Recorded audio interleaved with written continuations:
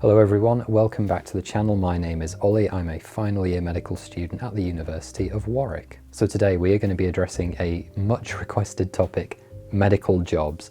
This has formed a large part of my content recently as I've been going through the process of applying for my first jobs as a junior doctor.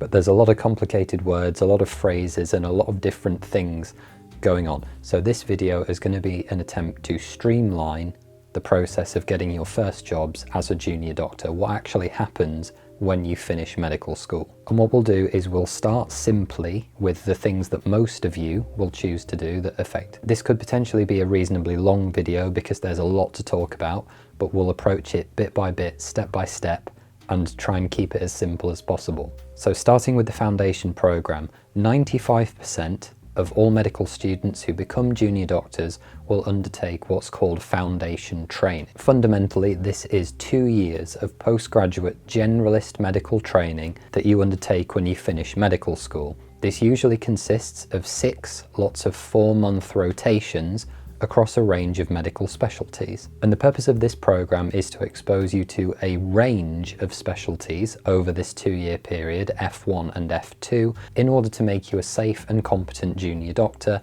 and then prepare you for thinking about specialty training later on. So for example, when you start working as a doctor, you might spend 4 months in cardiology, then do 4 months of psychiatry, and then 4 months of general surgery. That would be your F1 year. Then in F2, you might do 4 months of pediatrics, 4 months of emergency medicine, and 4 months of orthopedic surgery. The exact specialties that each of these rotations covers does vary, but the goal is to expose you to a range of things. And this is a competitive process. Although there are enough foundation jobs for virtually everyone who graduates from medical school to get a job, different people will want different jobs in different areas. So for example, if you want to go and work in London, that can be very competitive because lots of people want those jobs. If you want to go and work in the Northeast, it's less competitive because fewer people want those jobs. So the next question is, if it's competitive, how are we scored against each other? And this is quite simple for the foundation program. We can basically split this down into 100 points. Right, you apply with a total score out of 100, 50 of which come from academic stuff and 50 of which come from non-academic stuff. To start with the academic stuff first, you get 34 points out of 50 by finishing medical school. By getting your medical degree, you are guaranteed 34 out of 50 points of academic stuff. You can then receive up to an additional 9 points for what's called your decile ranking. And what this is a way of comparing you to everyone else in your year group at medical school in terms of academic performance, basically. And the exact ways that different medical schools calculate this value does differ, and if you're unsure, it's best to just speak to a member of staff at the medical school. But to keep it simple, we need to split your year group into groups of 10% based on how well they've performed in exams. So the top 10% of performing people, the first decile, will receive 9 points when it comes to applying for their jobs. The next group of people, the next 10% below them, will be the second decile, and they will receive 8 points. The same is true for the third decile and the fourth decile and so on, until you get to the 10th decile, which is, on paper, the lowest performing academically 10% of the year group, who will receive 0 additional points. And you can see that this so far, given that we started with 34, gives us a potential maximum score of 43 if you were in the top 10% of performers. You can then receive up to 5 additional points for additional degrees, and this is due to change in 2023, but for the next couple of years, this remains accurate.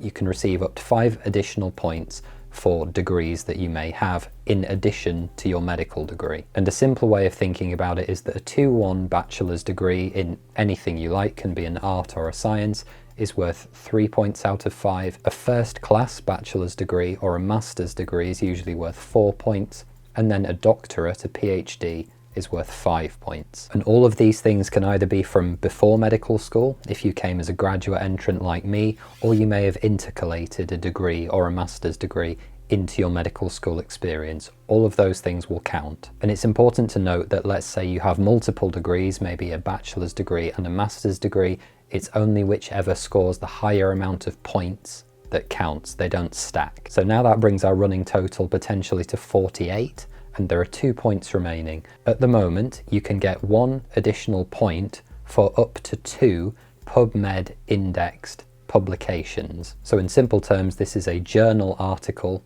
that you have submitted to a journal and it has been accepted and published, and it has a PubMed index. The journal has to be indexed by the PubMed database in order to score a point. And you get 1 point for each of those, up to a maximum of 2. So just to reiterate where we're at, 34 points for your medical degree, up to an additional 9 for your decile ranking, taking us to 43, up to 5 points for additional degrees, taking us to 48, and then up to 2 PubMed indexed publications, and that takes us to 50 points of academic stuff. So the remaining 50 points, I said, comes from non-academic stuff, and this basically boils down to one exam, the Situational Judgement Test, or the SJT. And this is actually quite similar to the SJT that you'll have sat if you sat the UKCAT or the UKCAT exam when you were applying to medical school.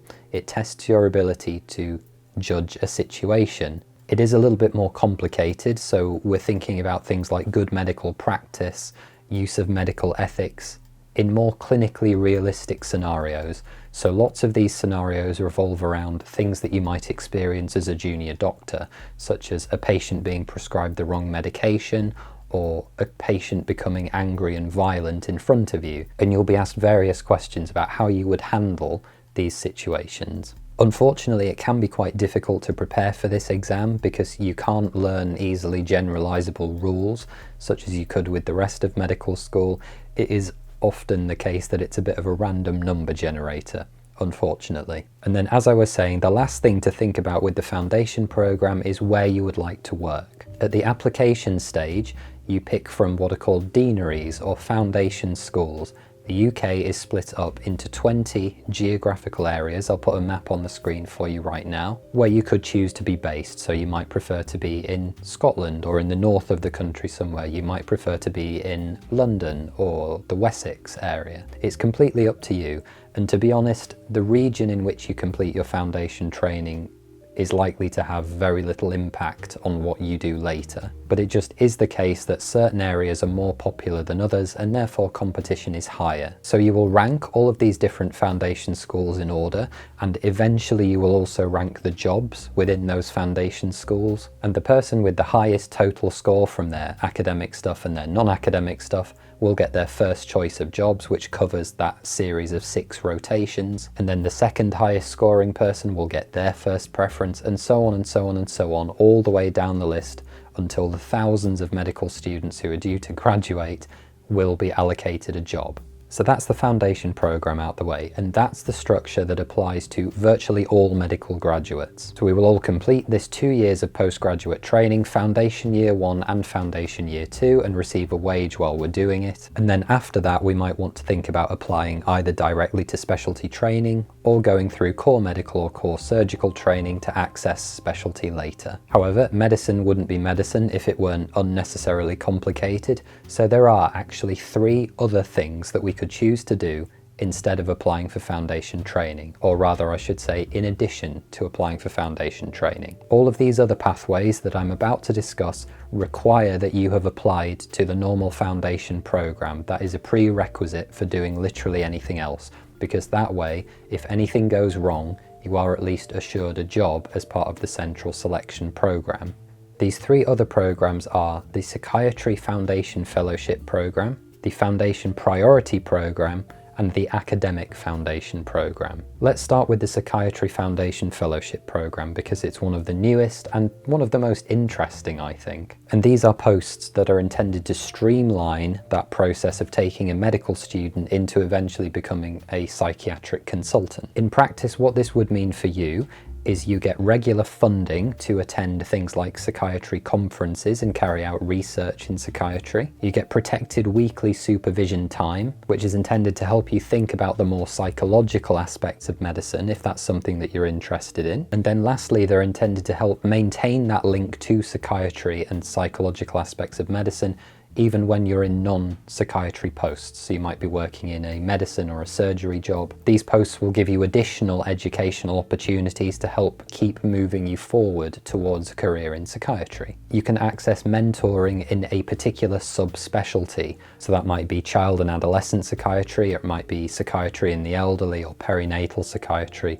It's early exposure. So for anyone who is thinking about a career in psychiatry or exploring one during your foundation training, because remember, you don't lose anything by taking one of these posts, the Psychiatry Foundation Fellowships might be a great choice for you. Now, the second type of job is the Foundation Priority Program. And these again are a quite recent type of post that's come about, intended to help shuttle people either into geographical areas that are underserved, so more rural and remote areas, or into specialties that struggle to recruit. So we're thinking about things like general practice, psychiatry, emergency medicine. And again, these are dedicated 2-year posts that you apply to on top of your regular foundation program choices. And the obvious question to ask is that they're trying to shuttle people into these traditionally less sought after locations or specialties.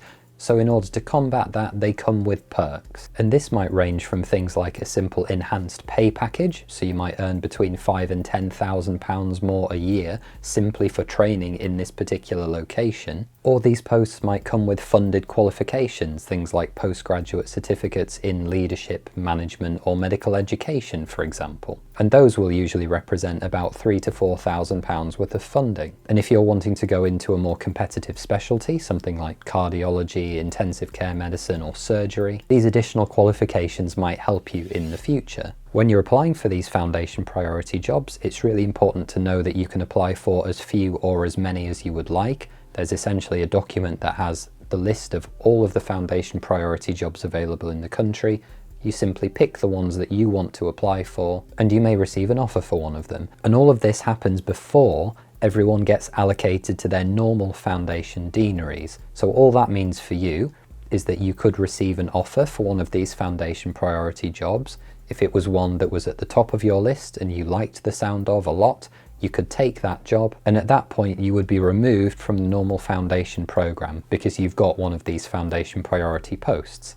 On the other hand, if it was further down your list, you may decide that you don't want to do it anymore. And that's also fine. You can simply reject that offer, and then you will fall and cascade down into the normal foundation program selection. So either way, you're guaranteed a job. So if anything, both the Foundation Priority Program and the Psychiatry Fellowship Foundation programs give you an extra chance to apply for a job that you might want. You are under no obligation to accept them, even if you are made an offer. And then lastly, we come to what is potentially the most complex option, the Academic Foundation Program. And to keep it extremely simple, the Academic Foundation Program is intended to develop clinicians in one of 3 central areas that it was recognised that the NHS is lacking in, and we need more clinicians with training in these areas. And these 3 areas are research, which is by far the most common type of academic foundation program, medical education, so that is teaching junior doctors and medical students,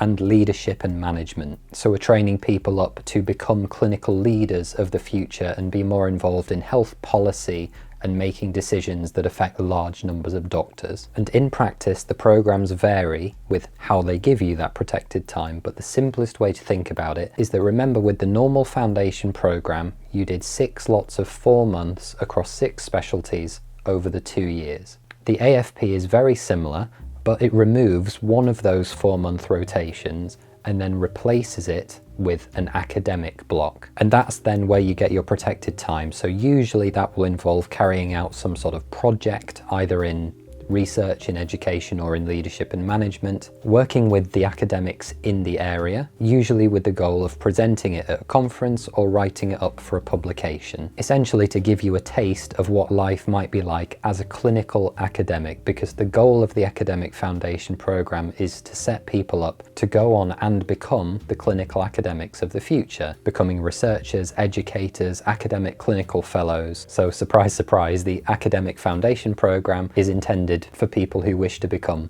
academic. And that's not to say at all that the AFP is the only way to get into any of these things, to become a researcher or to become a medical lecturer.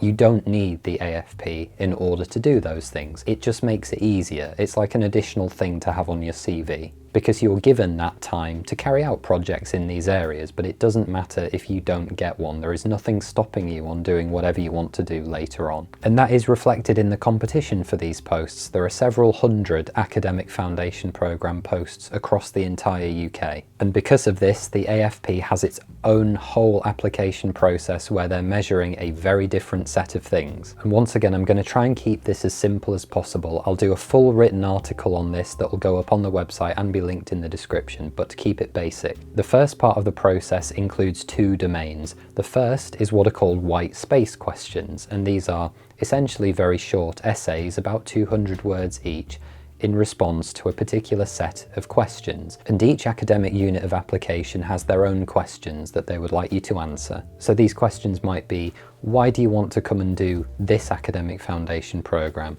Tell me about some research experience you've had. Tell me about your leadership experience. They're quite basic, but they're a chance for you to show off in writing all of the great experiences you've had and the things that you've learned. And this is why the AFP can often appeal to people like me who don't necessarily test incredibly well, but have quite a rounded experience at medical school and have tried lots of different things. Although that said, they are sometimes interested in your academic decile, that is your ranking relative to your peers.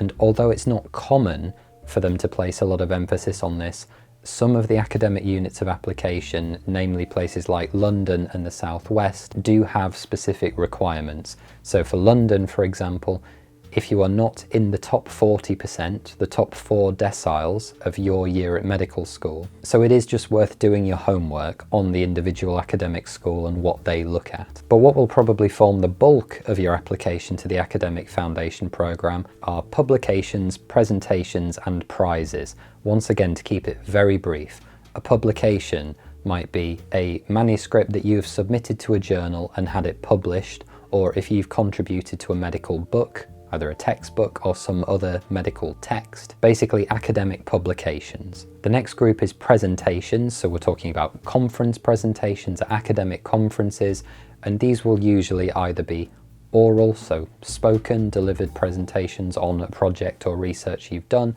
or a poster presentation where you've put up a big poster on the wall illustrating a piece of work or a bit of research that you have done. And this is why it's really important that if you're doing research, both submitting it to a journal and submitting it to conferences so you can go and talk about it to people is really important, because there are points available for doing both of these things, because both are a really important part of being an academic. You have to not only do the work and make outcomes in terms of papers, but also talk about it and tell the academic community about what you're doing. And then the third section is prizes. And there are a range of things that can get you prizes, but we're talking about things like performing academically very well at your medical school, so earning merits and distinctions for doing very well in your exams.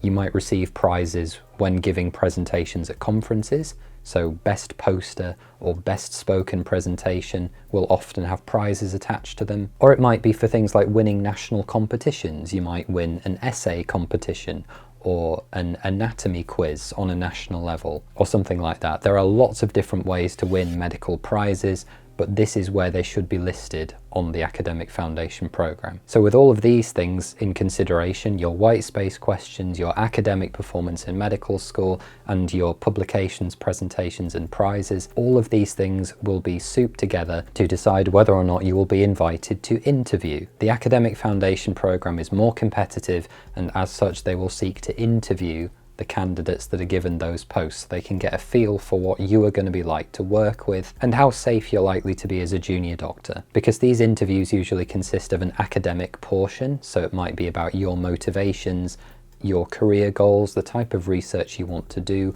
what you stand to gain from this particular program, but also a clinical station. So how would you manage a particular clinical emergency? How would you cope with a difficult colleague?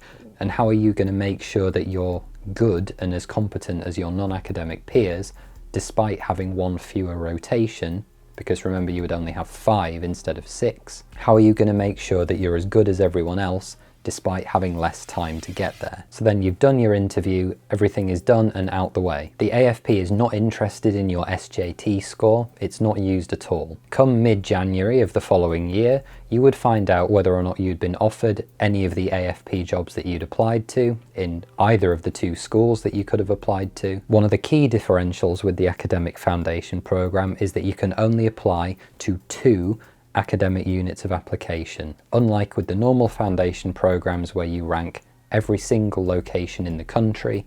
In the AFP, you need to pick 2, so that might be the North East and Cambridge, or London and Wessex. You have to narrow it down to 2 choices. And as before, you may decide to accept one of those posts, or you may not decide to accept those posts. And if you decide that you don't want an AFP post, you will cascade down into the Foundation Priority Programme or the Psychiatry Fellowship Foundations, and you will cascade down into the other types of jobs.